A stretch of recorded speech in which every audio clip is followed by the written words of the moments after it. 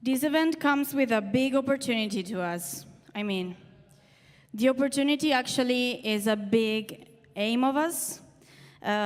For some of you who doesn't know Tempio, I will shortly say that we occupied this place in 2017, and after 5 years of squatting the place, we went legal, and yeah, we're now a cultural association that runs legal activities, cultural activities, next to club culture activity. So we run techno parties every weekend. For this reason, we want to continue to provide for cultural activity for the future in a long-term vision, and we want to invest on this because we feel this is our job, this is our mission, and this is what we do. And we feel that even though politics and governments are not really recognizing this, then we are going to recognize this ourselves. So we asked the municipality to buy this place for 99 years. Starting to this mission, we created Milano Futura 2125. And tonight we have a lot of guests, which I thank so much to be here, and please give me an applause for them. And we also have 2 guests online. There they are. You will get to know them. Yeah, this is the main question of this event. Why are spaces of power designed to last for centuries, while spaces of culture are constantly forced to survive one season at a time? Tonight's gathering comes with both excitement and urgency. Despite the different cities, languages, legal systems, and cultural contexts represented here, there is a shared condition connecting all these experiences: the reality of building cultural spaces under permanent uncertainty. Milano Futura recently unveiled Tempio 2125, a long-term vision imagining how a cultural space could transform and survive over the next 100 years. Tempio del Futuro Perduto asked to the municipality to buy the place for 99 years in order to provide for a long-term vision of cultural independent activity.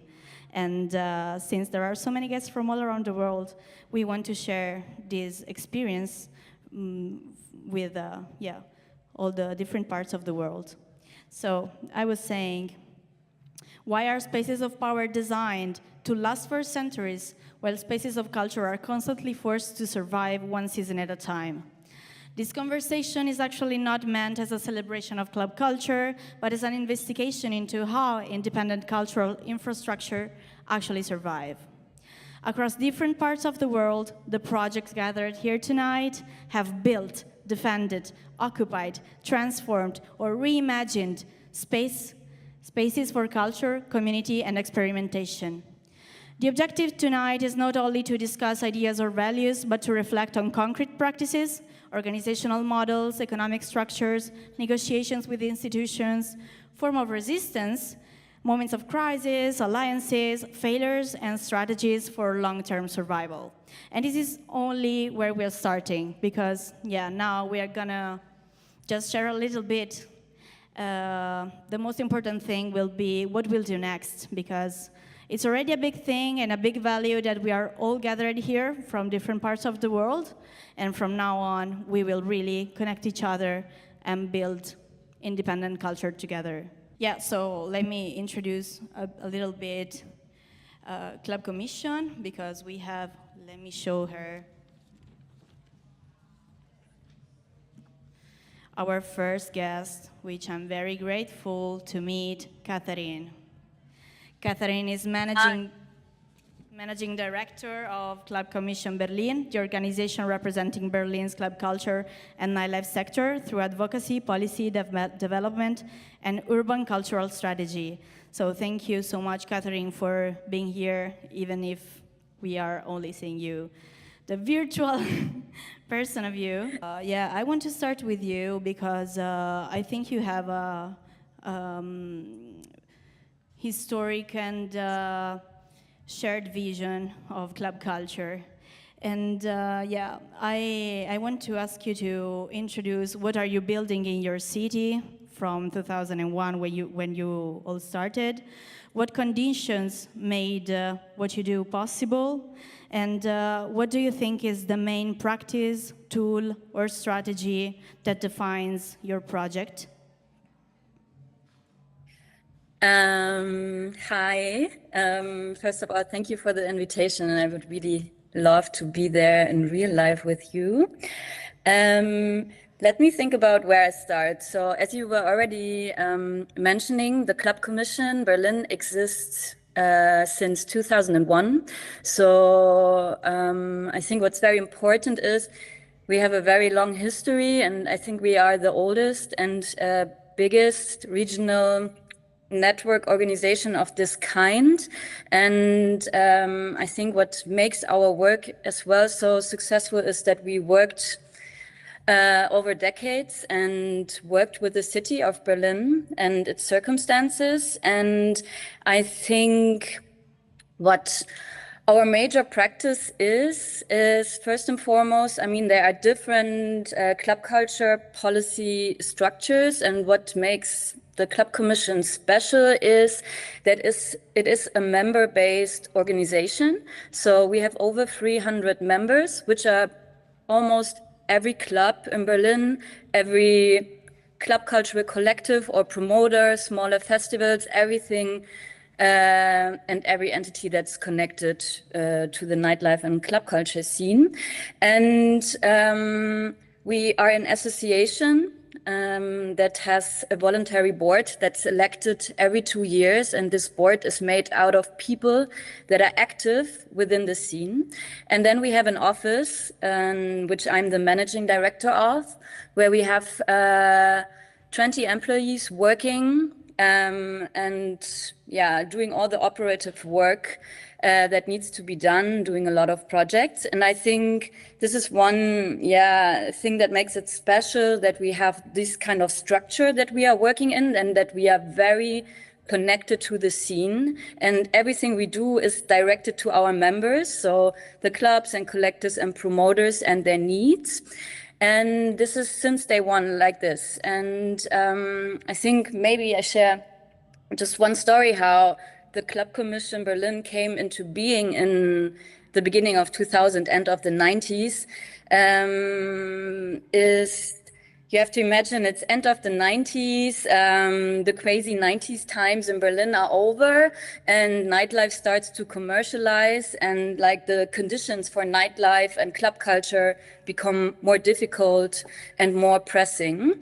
And there was one thing that was happening very frequently, that the police of the city would run into clubs and raid clubs, turn on the light, get everyone out, or like control and search everyone for drugs, because they want to control criminalization of like the drug market and so on, and they were suspecting it in the clubs.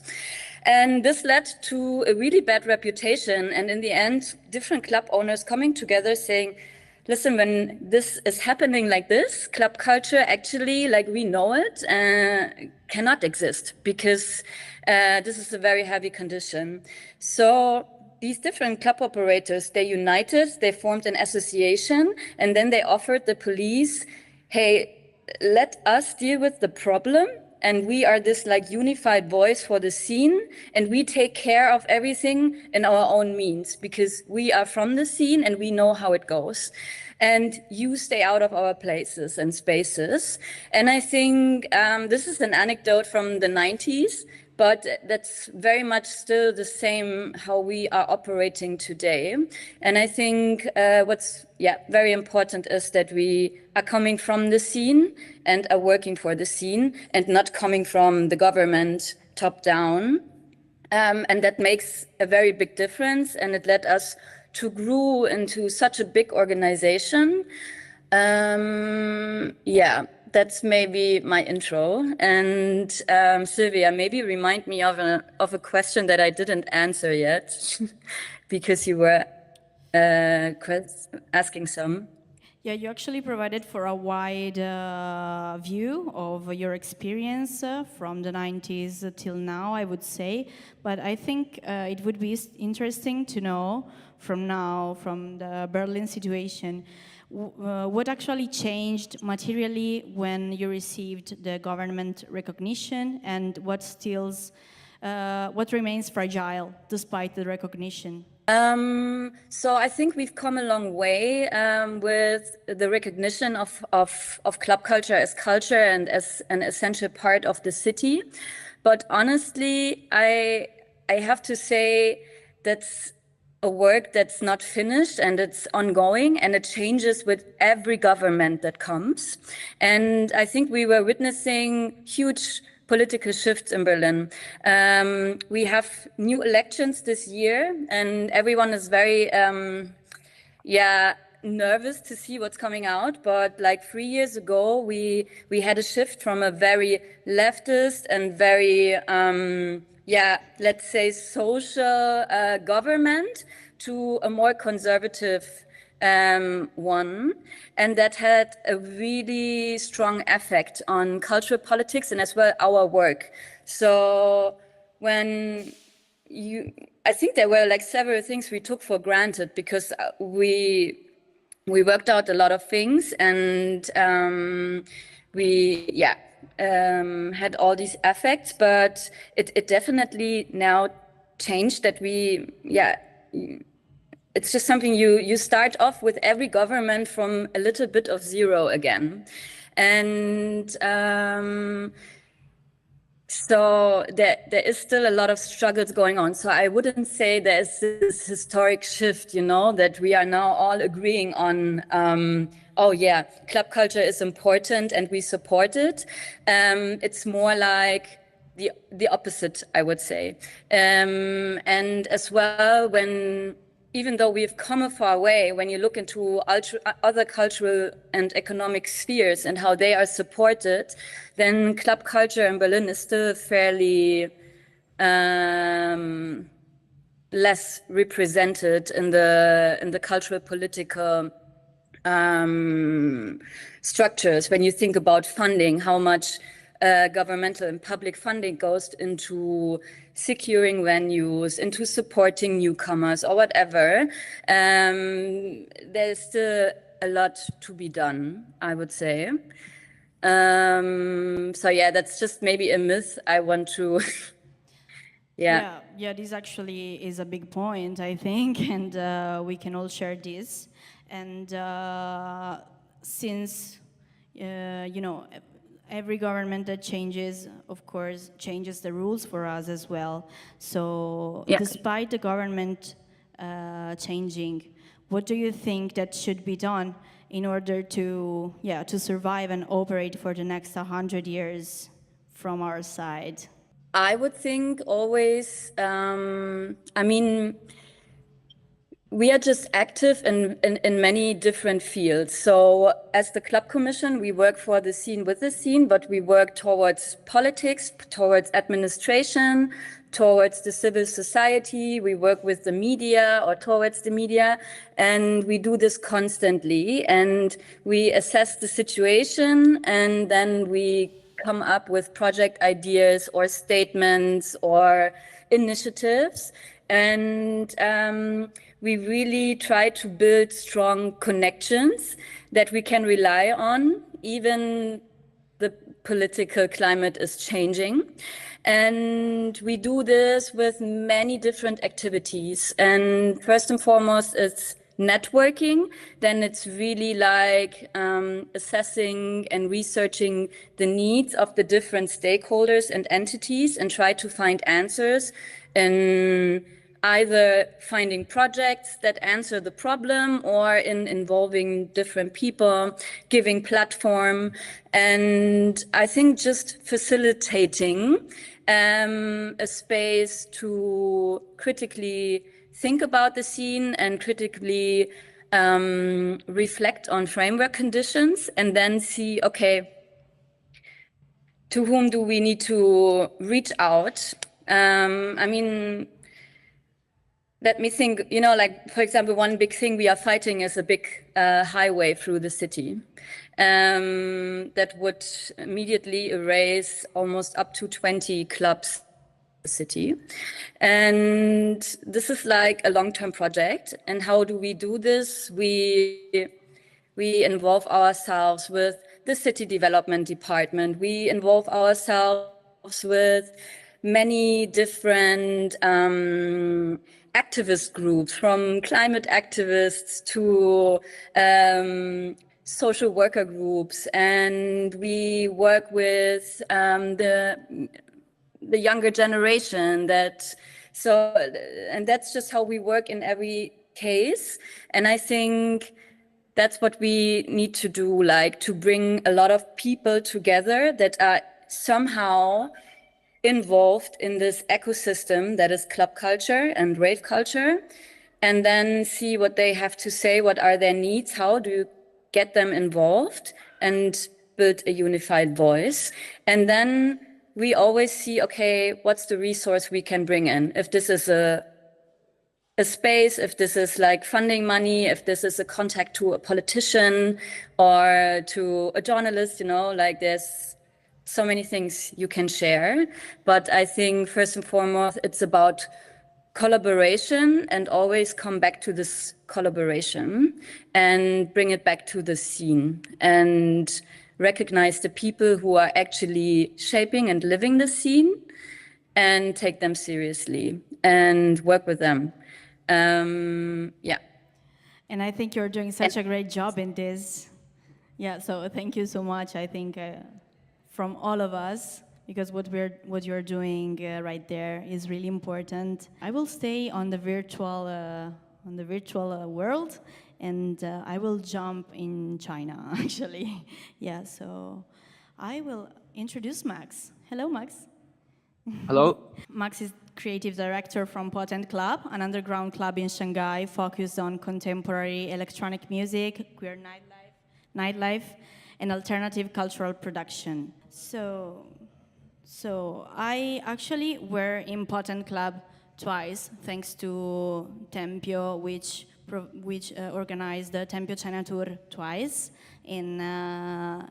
during this winter, and I was completely shocked and amazed by their nightlife, because it's completely different and more active than what media make us think about the nightlife in China. And I would like to ask to you, Max, the same, like what are you building in Shanghai? What's the mission that you are building, and what is the practice and the strategy that you are defending more? What lets you continue the project actually right now? Yeah, so now I am thank you for the Temple team. So I'm the Max. I'm the one of honor from Potent Club. Also, I'm the booker. So I book in a local DJ and international artist from European to China. Actually, in Shanghai, we have the electronic music about start 2000 year. So not too many professional clubs. We play the music at the bar or something. But for the internet, more and more information. So young generation they know what's the real the house techno, the electronic music, and the people they go to the club. And until now, so in Shanghai we have the 4 or 5 clubs. They all booking the good DJs, artists. Important. We start the 2020. For the pandemic, we stopped half year. So now we have the 2 room. The dark room is booking the house techno DJ, and the main room we play some hip hop music styles.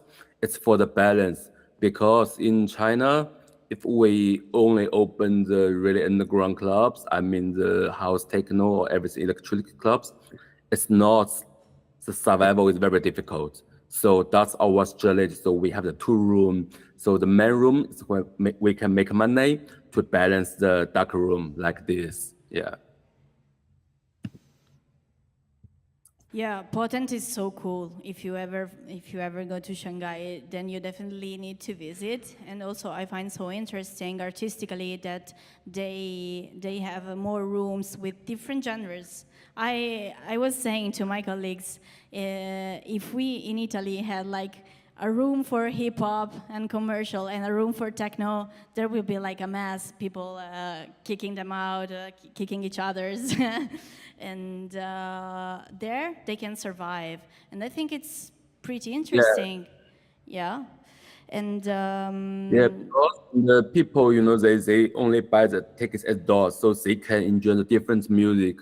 I never see another country they have the same styles. I mean, for the different music styles room. Yeah, maybe some clubs like house or taking a different room. So, but we are the music range is so big. So, I think only in Shanghai, in like the Potent Club now. Yeah.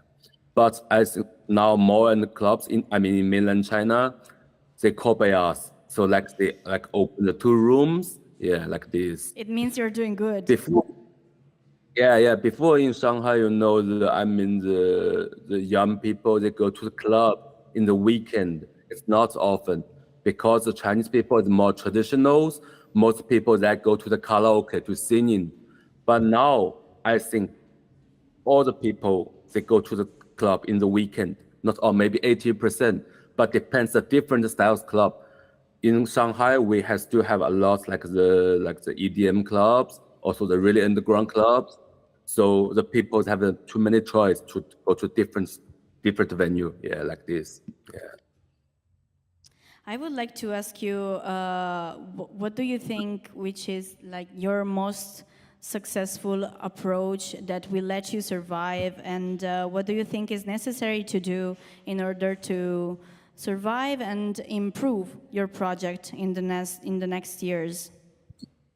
In pandemic, so it's very difficult time. So now we keep it.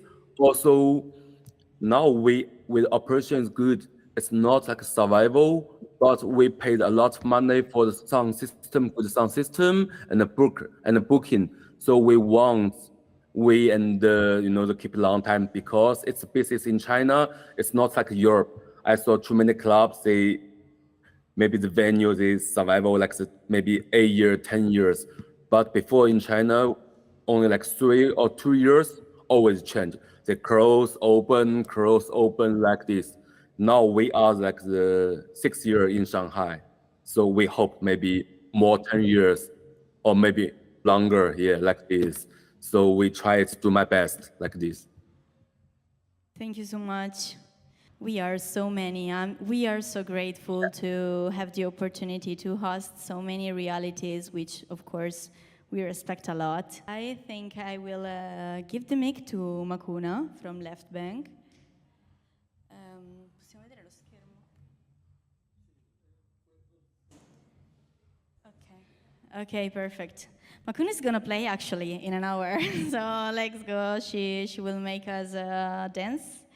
And let me introduce you, Makuna. Makuna, she's a promoter and a musician from Left Bank, an independent cultural venue and community platform in Tbilisi, Georgia, working across electronic music, performative arts, and grassroots cultural initiatives. So thank you so much for being here. Hi, everyone. Thank you for the invitation. It's a pleasure to be here. My name is Makuna, as Sylvia introduced. I work at Left Bank Tbilisi, which is a club and cultural space. I'm actually not a musician, to be honest. I'm a music journalist, curator. I work as a booker for now for Left Bank. Before that, I used to work at Bassiani, which is one of the biggest techno clubs in Europe, where I did booking agency and label management. And to talk about my club, Left Bank, and what we're doing. It started in 2021. It was the end of COVID, so that was the harsh time. First, we opened as a community space. We had a little space with a dance floor, which is now functioning as a bar and record shop. We used to have one bigger space, which was a club space, which got closed just recently in January. We lost it to gentrification. The area got sold to the government official, and they're building an apartment complex.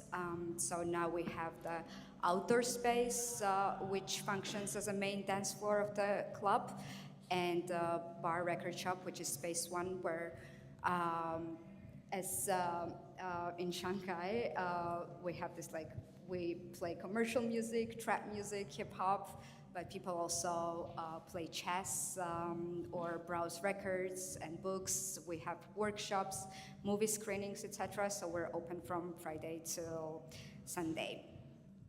But it's been really tough for us politically. Well, I'm not gonna dive deep into the politics of Georgia because it's gonna take forever, and it's a lot of you here. But to be short, and for you to understand the context, Georgia is a small and a conservative country with former Soviet Union membership, where under the Russia, our territories are occupied by Russia. 20% of Georgia is occupied till now. And the government that we have in power right now, it's been, in power for the past 13 years. And despite our trying to change it, they constantly rig the elections. They introduce more and more authoritarian laws like anti-LGBTQ law or foreign agent law, which is very similar to Russian law, which means that if you get funding from outside of Georgia, like from Europe, if you get European fundings, you're registered as foreign agent, and you're gonna go to jail for that. When these two laws, like this anti-LGBTQ plus law and the foreign agent law got introduced, we went to the streets. We were more than 100,000 people in the streets trying to change it. The protests are still ongoing. It's been 2 years that we're protesting, but nothing is changing, and it's especially important to have spaces like Left Bank or Bassiani or these nightclubs and cultural spaces, because they are the only spaces which are outside of the state control. So this is the only environment which is not controlled by states, and they hate us because they see that we're free and we're constantly opposing it.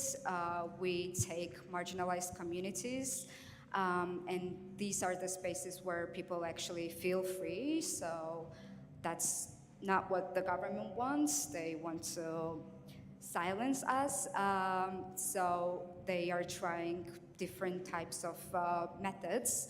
First of all, they're trying to spread this narrative to manipulate the public opinion, which is we're immoral, we're drug abusers, we are not normal people. And the other one is that they're directly oppressing us, which is, for example, in 2018, they raided Bassiani. And we're constantly struggling to survive, but we're continuing what we're doing because it's very important for the community. Thank you. That's tough. I mean, the surviving is really on a, tougher point of a view. And how do you think will you be able to think about your project with a long-term vision with this surviving issue, which is at a society problem-based? Yeah, actually, what you asked to Catherine previously, you went besides the government change. I don't think that if the government changes ever, it would benefit the people and the society, because it never does. And to look at the politics in Europe as well right now, it's just getting worse and worse, shifting to more right-wing ideologies.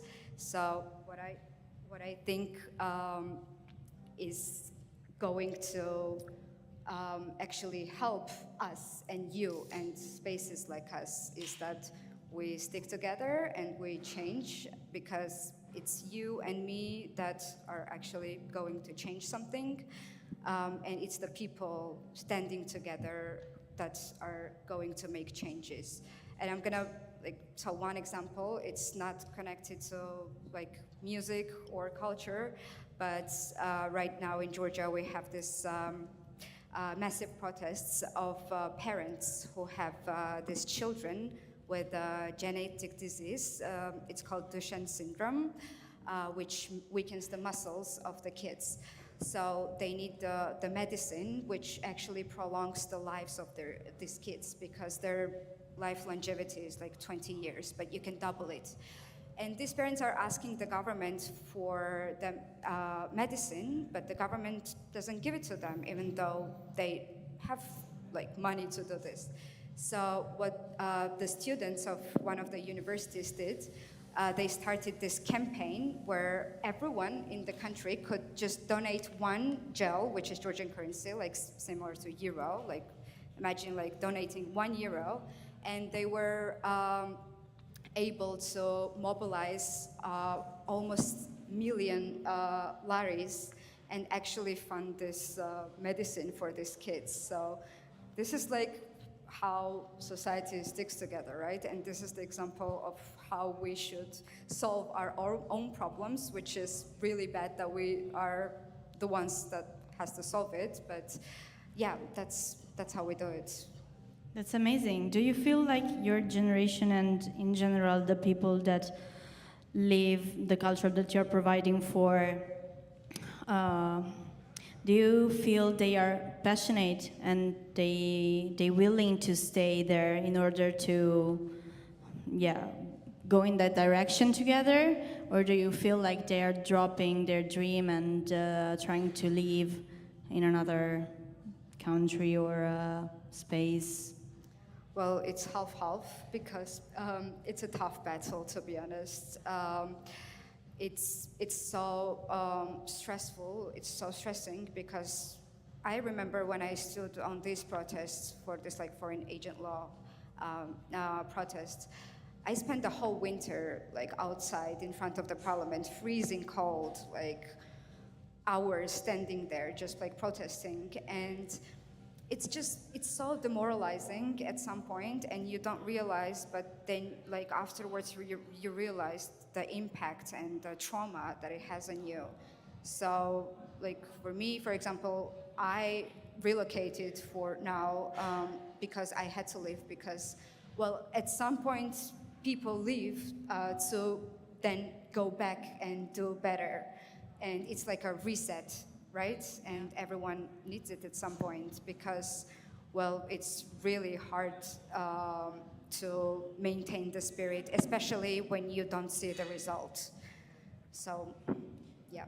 Yeah, but as you were saying to me yesterday, you're still, I mean, you are getting inspiration from another culture, which is not your original one, but you are still providing and fighting for yours, actually, because you're still 100%, working. So yes. thank you so much for that. Thank you. For being here and for telling us what you do. And we'll build wider connection in order to strengthen your network.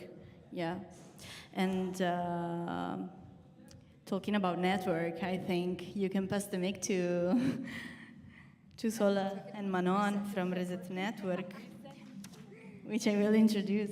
Yeah, we're talking about building bridges and connecting with more strength and wider, also in geography. So we have here Sol Fernandez and Manon Moulin from Reset Network, a European network connecting independent cultural and media organizations, co-funded by the European Union, working on sustainability, cooperation, and long-term transformation within the cultural sector, to which I would like to ask, what's your biggest strength and how are you building what you're doing, starting from Lyon and spreading it in the European Union? Yeah, thank you. So, yeah, what is interesting is that we are co-funded by the European Union, so we have the lack of having this support of the institution, actually, which is a swift switch from like the discourse we've been hearing. What Reset does is firstly, to connect all these actors together. As you all mentioned, a very important thing is to, be united, be connected, and understand the realities of the others. So this is how the network started, actually. By connecting all of these actors, now we are more than 170 members from 34 different countries. And also the richness of the network is the fact that it's independent cultural and media actors. So that means that we are having not only clubs, but also other kind of cultural actors such as music venues, libraries, cultural youth organizations. And this intersectionality nourished the work of the network and developed this kind of interconnection and practice sharing, which I think really helped the different organizations. Would you like to add something? Thank you. Yeah, I think the most interesting is like the international alliance, and I would like to ask you, letting people to connect each other, which is something that you're doing in a super kind way also. We are part of Reset Network as Tempio del Futuro Perduto, and we were in the International Forum in Athens last month. And we are already building connections with new collectives thanks to Reset Network. So I thank you again for your job. We really feel that solidarity is a thing in this. So how do you build solidarity, and how much does it count in building international connections? Yeah, thank you for being a part of Reset Network, actually. Thanks to you for working for all of us. And Left Bank is actually also a Reset Network member, so we have several representations tonight. But I do think that this sense of solidarity really comes from the fact that we share the same values and the fact that we are independent and we hang on to this thing of surviving as an independent and fighting for it, and actually as Tempio fighting for 100 years of independence is really what creates this solidarity. And I do think that what Reset really delves into is this thing of redistributing. So we get this fund from the European Union, yes, but the idea is really for us to set activities that gets to redistribute money, but also to redistribute visibility and to redistribute power, because the fact that we stem from a fund that is from the institution, right? It creates this bound of power in the sense that the institution does expect something from the network, like in terms of policy, advising, etc. But we are kind of from the ground, and the fact that we're trying to redistribute the voice as well among the members and give the member the platforms to actually be able to tell us what do we need to bring into this institution creates a sense of, okay, my voice matter into this space, and then every struggle that I lead and every struggle that I go through can be heard at another level and can resonate with other situations across Europe. Because that's the thing that we kind of realized throughout the years. The network was created in 2022, so it's quite recent, but through these 4 years, we really understood the fact that even if there are national particularities, regional, historical specificities, etc. There is this thing as an independent cultural player that everyone is going through, is the fact of being disconsidered and disregarded by the political power, not being understood for what it means and the richness that it brings. And so we do feel that by creating this space of common values and shared values, the solidarity kind of just emerge of itself, you know?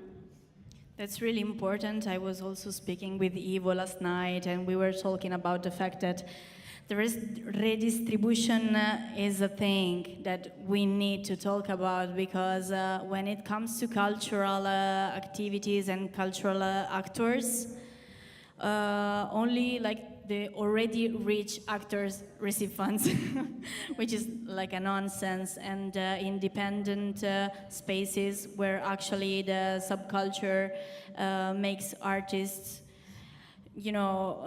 create new ideas and continuing to reinvent the cultural background, the cultural proposals. They are left behind, so the redistribution is really a thing. So, yeah, thank you for sharing the values all around Europe. Thank you so much. Thank you. And coming to, to creating spaces and networks in order to connect different cities, different values worldwide, I would like to introduce Andy, which I thank so much to be here. Hello. Andy Lemay from Resident Advisor, with whom we've been collaborating happily for many years now. The biggest global editorial and community platform, arguably, documenting and supporting electronic music and independent club culture worldwide. To which, of course, you can tell us about of what you personally do for Resident Advisor. And I wanted to ask you, how can a platform really support the culture, and how did you do it, basically? Yeah, well, thank you. What a nice intro. Thank you very much. I suppose Resident Advisor is split into two parts, I suppose. It's also a ticketing platform as well as an editorial site, and we work globally around sort of most major clubbing cities sort of worldwide. And I suppose the difference with something like RA is it's knowing its place within the community. We work with venues and clubs all over the world, but understanding that our position in that might not be on the front line, but it's understanding if the scene here is very different to the scene in Johannesburg, is very different to the scene in London, is different to the scene all other places. And sometimes it demands money, sometimes it demands lobbying, sometimes it demands exposure. And I think RA's position in that is being adaptable and understanding that each scenes are different, but there's lots of things that sort of unite us as well. And it's understanding where we can assist with that, I suppose. It's 25 years this year of RA. It's been going for 25 years. And I suppose being able to adapt and understand the different needs of partners is kind of where I hope we've done well. My part within that, I'm in the community department of RA. So with all the funds that come off ticketing, we input a certain amount back into the scene. So I think we're about to hit £1 million later this year. And it's not to brag or anything like that, but it's more to understand that we raise money for other institutions that need it and know how to use that better within that community. So we'll raise funds for partners in Johannesburg, knowing that they know how to use that better than we've been able to. So I think that's maybe how we fit into it a little bit as well. That's very important. Thank you so much. Would you like to share, if it comes to your mind, what was like the most difficult point of the journey of the project, and how did you survive to it? Yeah, sure. I mean, I was running festivals before RA, but I missed the pandemic, but I know that was the most difficult time. I think because RA, I guess, is a reflection of what's happening within our scenes, and I think that was obviously close to collapse for a lot of places during the pandemic. So I think that was a very difficult thing to navigate. And then personally, within our community, the London sort of clubbing scene coming out of that was really, really bad. For a long time, I'm sure it was reflected in lots of different scenes here as well. But venues are shutting. We were getting no government support. Friends were losing jobs. Friends were losing a stupid amount of money. So seeing a tight-knit community of people within a city all sort of struggling through that was really difficult. It's taken a long time, and there's signs of like a bit of better growth now, but that was, I think, a difficult time to see. When you're at RA, you have friends in every scene all over the world, and to see that globally, the way it affected so many different people, was really hard. That was a bad time. What would be the advice you would have liked to receive? Off the back of that, Yeah. keep going, I guess. I think one big change that came off the back of the pandemic was in London especially, there was a lot more competition. Promoters wouldn't speak to each other. It'd be quite everyone out for themselves. But I think because things got quite bad, there's been a unity, working together within scenes, collective lobbying, there's power in the collective. And that's really what's turned it around in London is all the big venues, the Fabrics and all these big super clubs that traditionally might have worked slightly more solo have now started working with a lot of the smaller venues, helping the smaller venues. They in turn are saying, actually, they're good guys, they're not the bad guys anymore. And yeah, I think the collective unification of club culture in the UK, more specifically, but globally as well, is something that I've seen as a real positive that seems to have come out of a hard time. Yeah. Thank you. Thank you so much. I will jump back on the future vision of it later. And I would like to also share like a bit of networking project with Ivo, which is founder of Alternative Collectives, but also of OT301, which is a venue from Amsterdam. Ivo Schmetz is founder of OT301, and also he gave birth, I could say, to Amsterdam Alternatives, a long-standing autonomous cultural space, OT301, and platform for Amsterdam Alternative, focused on self-organization, collective ownership, and independent artistic production. You can provide for a very wide point of view, since you have a lot of experience, and you both occupied and squatted a place, and after many years you understood that you had to connect everyone together. So if you'd like to share a bit of how this journey came to you, like a necessary journey, and yeah, and like I asked to also the other guests, the most important question of tonight, of course, what's your most successful tool, and like your own practice that you would say it defines how you do the things? Yeah, that's a lot of questions, but let me see. The OT301 is the old Film Academy of Amsterdam, which we squatted 26 years ago. It's a great space, like 2,500 square meters, sort of like of the border of the center. We have our own club space there, our own cinema, vegan restaurant, gallery, workspaces, living spaces. And we run it with a community of about 50 people. We bought the place in 2006, so we turned it into a collectively owned project. So in that sense, we sort of like secured the long term, because nobody can kick us out anymore, which I think is very important. Also, if you see in Amsterdam now, the places which are left from the big squat scene, which was there in the end of the 90s, is mostly places that managed to buy their property. So in 2015, when we had the squatting ban introduced in 2010, in 2015, we came together with a couple of venues and we said, like, okay, we have to organize ourselves, build a network of solidarity, and amplify the voice of the underground. So we started Amsterdam Alternative, which you just saw there. Amsterdam Alternative started with about 5 venues, 5 or 6. And we make a newspaper, like every 2 months, which we print 7,000 copies of. Over 10 years or 11 years now, the network grew. It's about 60 places now. All the places are non-profit, subcultural, so they all do music or film or art or theater or whatever kind of stuff, which is publicly owned or public programming. Quite a lot of the places are collectively owned, and most of them come from a squatting background. And so for me, one of the most important things at the moment, because with the OT301 we're pretty safe and we're pretty stable, so we do a lot of programming and it goes pretty well. But for me it's very important to build that network, a network of solidarity, and a sort of like, build a collective power to be able to have a force against, politics, and actually also try to realize new spaces by buying them, collectively ownership as a model, which is, I think, very important for the long term.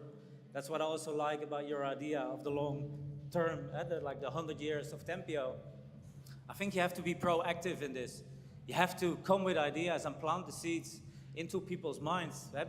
Maybe they're not open for it yet, but if you are persistent and patient, I'm sure it will happen.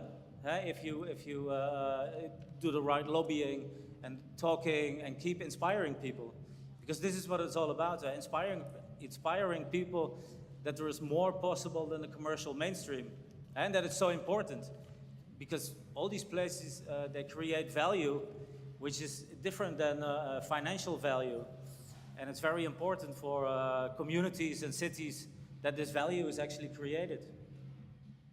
I'm very inspired by this story because I feel it's so close to ours. What was the most difficult part that you met from staying occupied to actually, started to buying? Well, in a way, I mean, we started negotiating with the city government who owned the building. And basically, we went from squatting to renting the place for a short term, because they wanted to make a contract with us. It was sort of like a user contract. And after this contract was finished, they wanted to give us a new contract. They wanted to give us 5 years. And we were like, no way, we want longer. We want to stay here long term. This is where we are now, by the way. And that's when we started investigating the idea of buying the place. And in the beginning, when we proposed it to the municipality, they were like laughing, like, come on guys, you're a bunch of squatters. How are you gonna buy the place? But we were not the first place in Amsterdam who did it. So there was some experience around already. But so we started talking to people and lobbying, going to banks. And there was one bank who said like, well, actually we wanna help you. But still, we had to negotiate about the price of the building. Because if we had to pay like the market value, it would have been way too much, because it's like 2,500 square meters on very good location in Amsterdam. For us, the most important thing was also to sort of like neutralize the ownership. So what we did is we signed a contract with the city government that we buy the building, but they still own the land. And so there is a contract between us and the city government who owns the land. And in that contract, it also says that we can never sell the building on the market. So they have a security that we are not, individually get rich from this property. And we have the security that we can stay there as long as we want. And this is very important in collective ownership, that you make sure that there is like a legal construction that makes it impossible for the people to ever sell it. Because maybe you're idealistic now, and it happened also in the past in Amsterdam. People squatted the building, then they bought it for a very low amount of money. And then eventually they sold it and it became millionaires. And this, of course, is not what should be happening. And that's why I'm very interested in these collective ownership models, to see how you can secure it for the long term and make sure that you have like horizontal organization structures to run it, and that you really involve people by giving them trust, because that's one of the most important things. One last little question. Have you ever thought about not sharing the ownership, like buying it only by yourself, OT301, or it never came to your mind? No, this was never an option. It could only have been done for a money reason, or for a social and political reason? No, but I mean, we were a collective from the beginning, because before we squatted the OT301, we squatted a big hospital in Amsterdam. So we started this big art collective already there. So it never was a question or an option that somebody would buy this individually. We were a collective, and we always wanted to be a collective. And that's... So you formally owned the place as an association? Sorry? Like the contract, you were an association Yes. with them. Okay. Yeah, that's so interesting. Yeah, and I think we are at this point now because we have like the contract with a super high rent actually for 5 years, but we're not happy at all because we cannot actually invest in our future for the next 5 years. It's too short time, and now we want to provide for a really long-term vision. Yeah, I think for you it's also important to see if you can manage to get that long term, to make sure that you protect yourself from your future self or from the people who come after you in this place. That they, you know, stay within the same kind of vision or idea that you started this from. Because you never know in 20 years who's here and what they are going to do to the place. So it's very important to sort of like lock this core idea in your whatever contract that you make. Yeah, since you opened this topic, I will I will jump to the last question with you. What do you think you need to do in order to run the project for many years in the future? Well, I guess, I mean, there's a lot of things that you need to do, and you have to professionalize a little bit. But the most important is to have a healthy and well-working organization structure. Because you can have a place like this or another place. It doesn't matter if you're not organized well, then it's never going to work. Because actually the people, they make the place, not the building. I mean, you need the building, of course. But if there is no well-working structure, you're going to fail in the end. And you also have to make sure that you maintain your organization. Because it's easy to at one point think like, oh, it's going so well, we're super successful, whatever, and you start neglecting your process of community, and then you will see that things will start to fall apart. So it's very important to keep your collective healthy. Yeah, it may sound obvious, but it actually is not when we talk about independent culture, I think. Because, yeah, I mean, to our side at least, let me speak for Italy and especially for Milan, it's not that obvious that the independent culture actually wants to look professional. And it's not obvious that they want to look organized. In a way, when you are organized, you are commercial, and so it's not independent culture to them. This is talking for the Italian background and underground scene. Yeah, but that's nonsense, of course. I mean, if you're not organized, you can't run a space properly. It's like, and I mean, you don't have to be like super professional and super slick, but you need a basic organization to function well. Otherwise, it's not going to work. Yeah, thank you so much. Since I opened this topic with this Italian issue, let me introduce Morgan from Primogenito. Morgan is founder of Primogenito, which is an independent cultural collective based in Turin, working between club culture, visual arts, and multidisciplinary event production. They work across nightlife and they organize queer parties and community-driven cultural activities, and they work a lot for the inclusivity.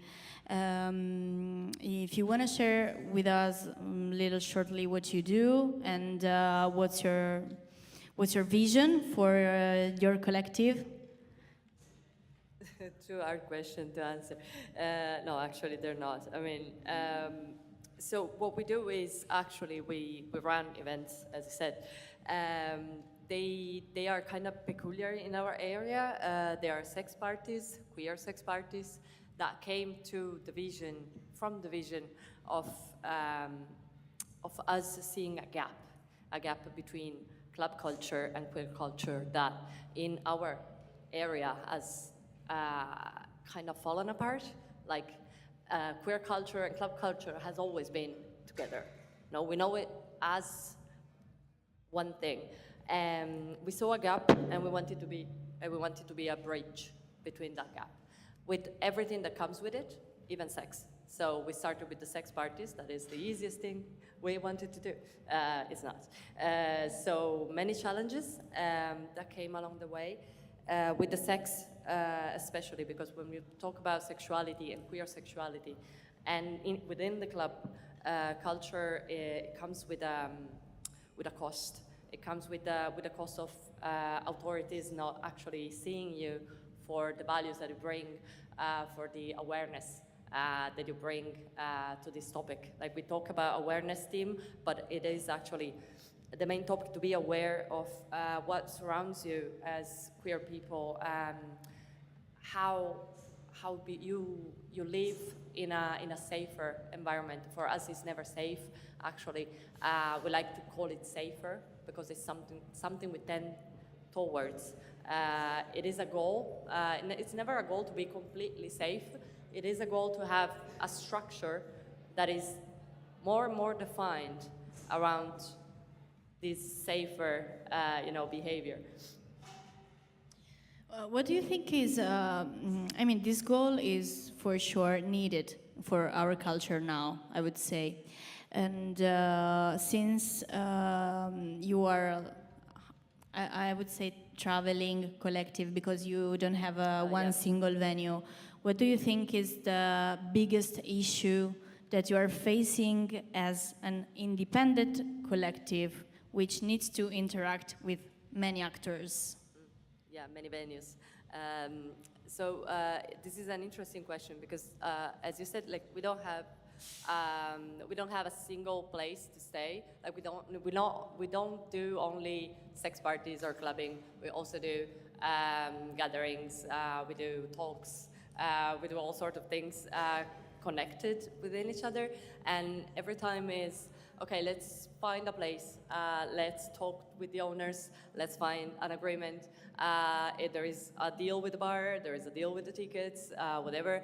And all this kind of stuff, like it takes a toll on our mental health running this, which is already like big. And the problem that we actually face is this. Like we do spend a lot of energy on this kind of bureaucracy that is around finding the sustainable deal to run this project more and more often, because otherwise it's not sustainable. Like we cannot do it once a month and think, yeah, I'm gonna leave out of this, or I'm gonna spend all my energies on this, because we do have.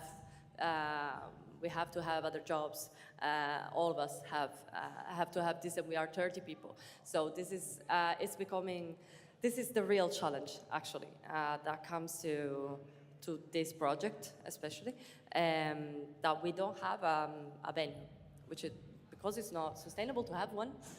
It's really hard to find something that is affordable, or to squat it. It's almost impossible in our region right now, and so on and so on. So I think that project like yours really needs to be recognized, such as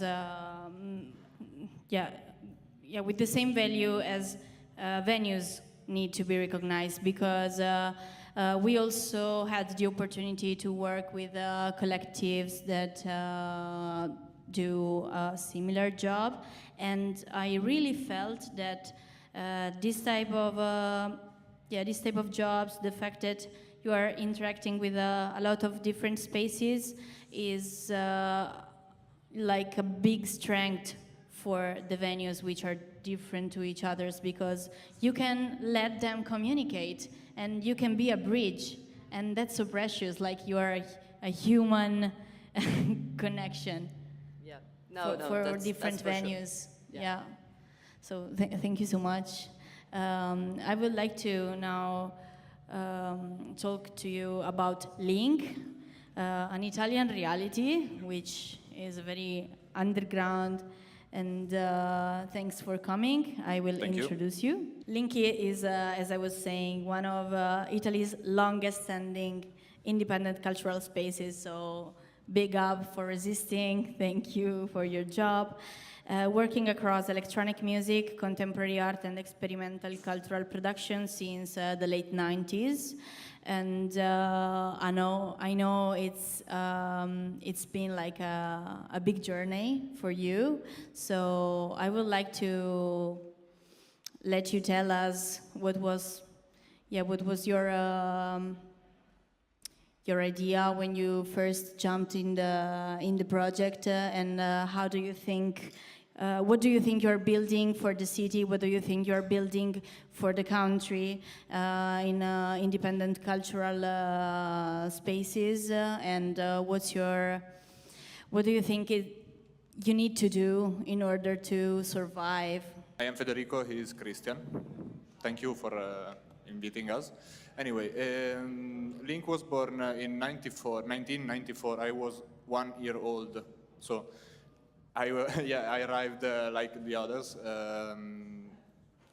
quite later, we can say. But anyway, the history of Link is connected to culture in every form, so in every shape. So cinema, dancing, art, and visual arts, and most of all, music. We all do music, me, him, and the other two guys here.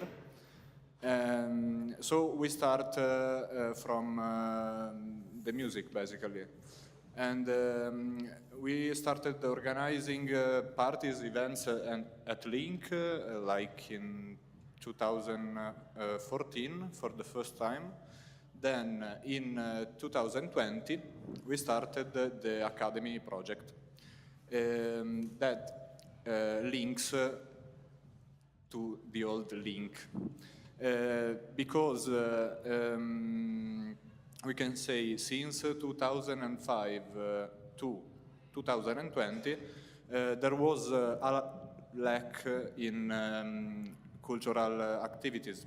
So the venue was basically a box hosting parties. That's not bad, but being a no-profit association, you can understand that something couldn't work.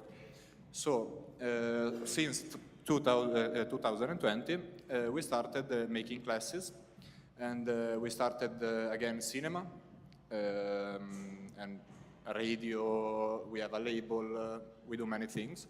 But the most important thing, I think, is education. So classes, and we basically are a teacher, and it's peer education, because we don't have like a paper where, a certificate where it's written that we are professionists in making music or DJing. We learned it, and we are teaching to young people, basically. And this is basically our strength, because I think Italy is not so good at education lately in institution, schools. So basically, the main problem for me is the criticism. Like, you have to understand well what you are, to know where you are, what you're doing, what would you like to do to stay good. And basically, music is, we make music to stay good with ourselves and each other. And it's important, and I think we are doing it, to make people understand that clubs or any musical venues is a place where you meet people, stay with people, and the goal is to stay good with people. Stay connected. Quite with simple, people. but yeah, basically we're trying to make the club not only for dance floor and this kind of stuff that basically every commercial clubs can do. So we have to do something very different. We have to connect with the people of the city. So first of all, we have to understand the needs of the people of the city. And so we're trying our best and with a practical approach. I mean, like we do lessons on DJing, also VJing, and every kind of aspect of art that are involved with the club. And we try to make the people leave the place and connect physically, because digitally we have enough. So that's all. So from your experience, what do you think? What do you think that you need to do, and we together need to do, in order to still exist in 100 years? Because yes, of course, we need to connect physically, and we will always do, and we will always dance and sweat together. Yeah. Of course, we have to embrace a wider vision that, of course, connects us with artificial intelligence and stuff. But what's the value that you think you have to keep for surviving in the future? To stay true with the music, with the real connection with the people, be kind. I know that is kind of easy answer, but I think that is the most important part. And of course, you have to face some issues, because some of them come from the society that is bigger than us, of course. And we have to make network. We have to involve some people, maybe better people that will not ruin your work, and do the best, I think. And there is no secret recipe, otherwise we will not be here. So try to do your best, try to stay true to yourself, and do things professionally, of course, because you have to be professional in order to give something to the people. And I think people will receive, and we stay on the flow. I don't know if you want to say something. Yeah, I think this is what we are here for, actually. So I think we are on the way. Yes. Shushu, hello. Shushu comes from Beijing, and she's a great artistic director. And she's managing Groundless Factory, which is an independent cultural club, nightlife space. It's so cool.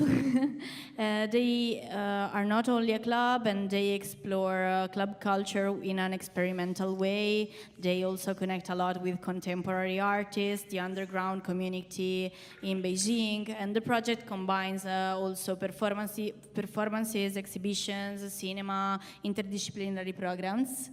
So it's a pleasure to have you here. Yesterday night we had the Groundless for Oriental Techno Club party. Shushu, do you want to tell us what do you think is your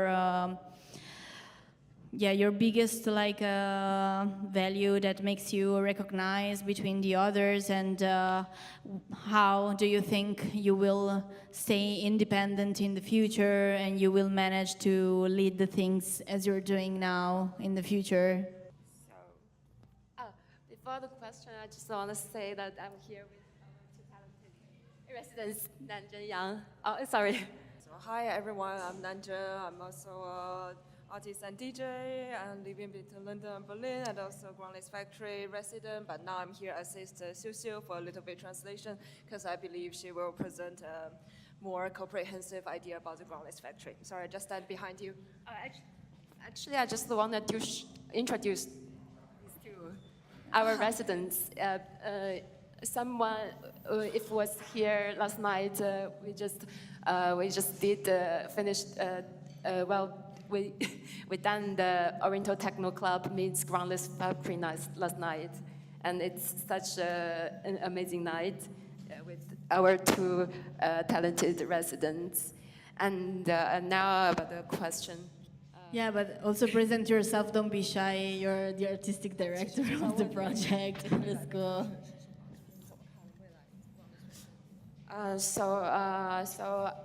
Groundless Factory, we're like Tempio, not just a club. We're culture complex.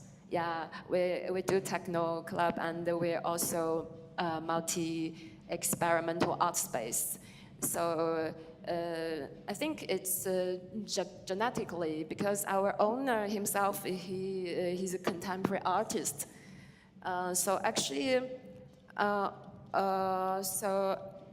just the last day, we just moved to the new area just 1 year. So it's Groundless Factory 3.0 anniversary. Yeah. So it's so meaningful. We're invited here. Yeah, it means like we're from Beijing to the world.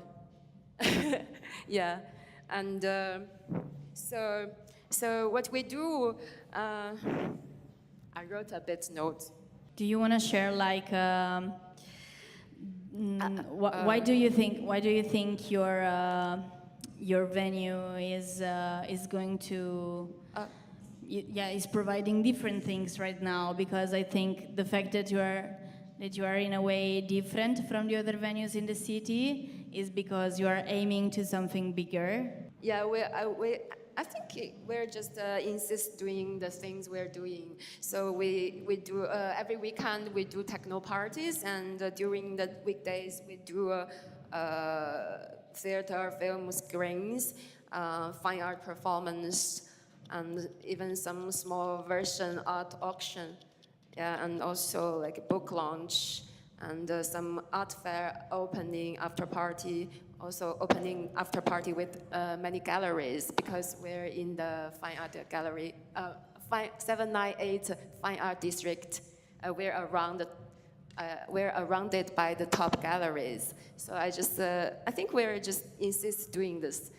And for future, well, it's just a little bit trouble that I just want to say, like sometimes being too excellent is crime, because we're like a bit too avant-garde in China. So actually we did a lot of very amazing queer events, but this side maybe we can't do more.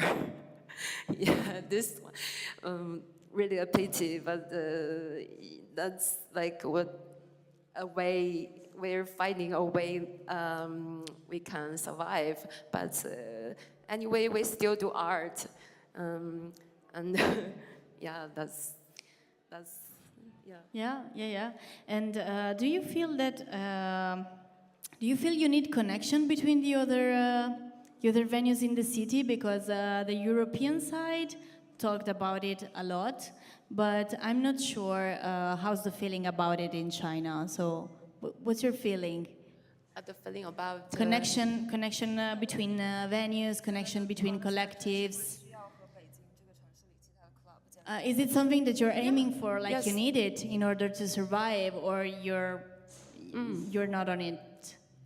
Yeah, we need to build the connection with other organizations, clubs, and actually we do a lot of like times, like Groundless Factory times, other clubs, events. I think that's very necessary.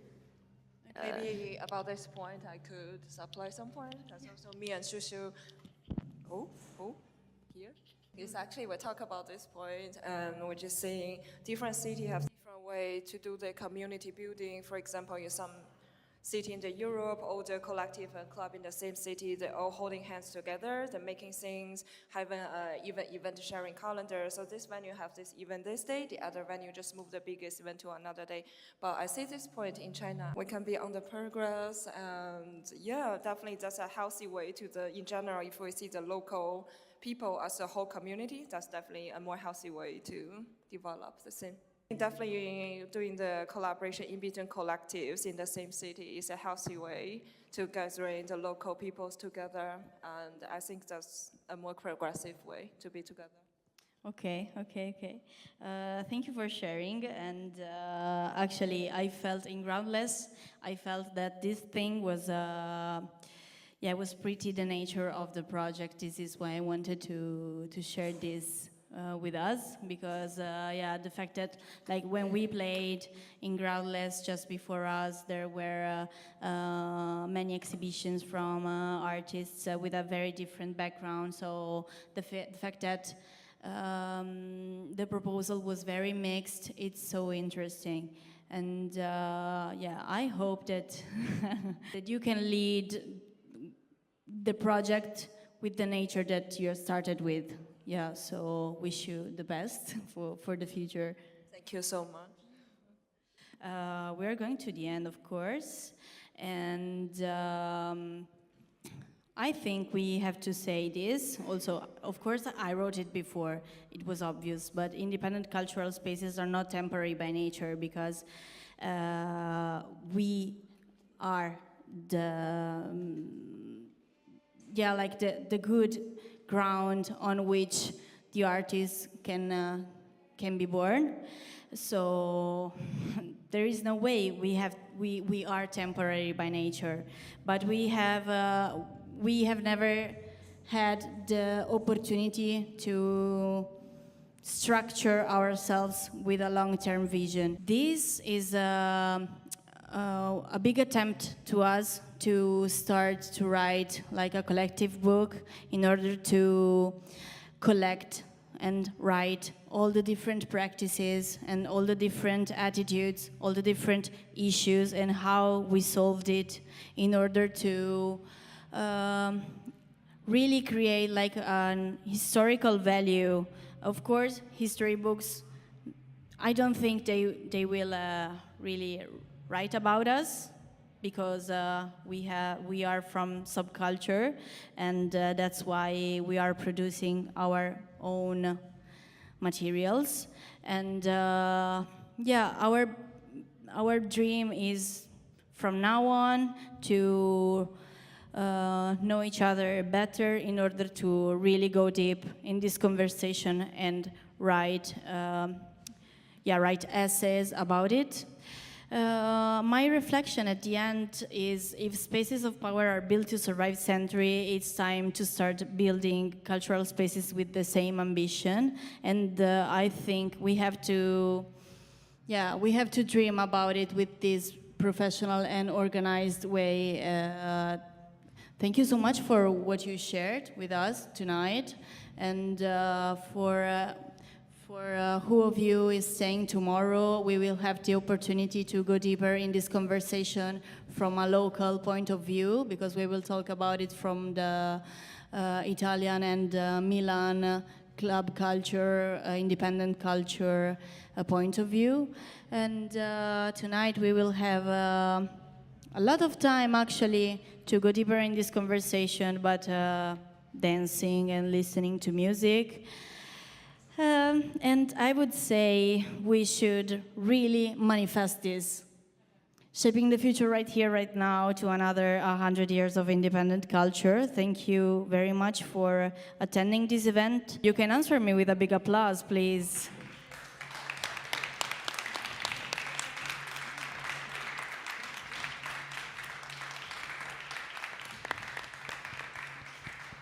Thank you so much. You can stay with us for the next 20 hours, I would say, because we won't stop the music until 8 in the morning. Then we will have breakfast. Then we will have yoga, market, another panel talk, and then music again. Have fun, everybody.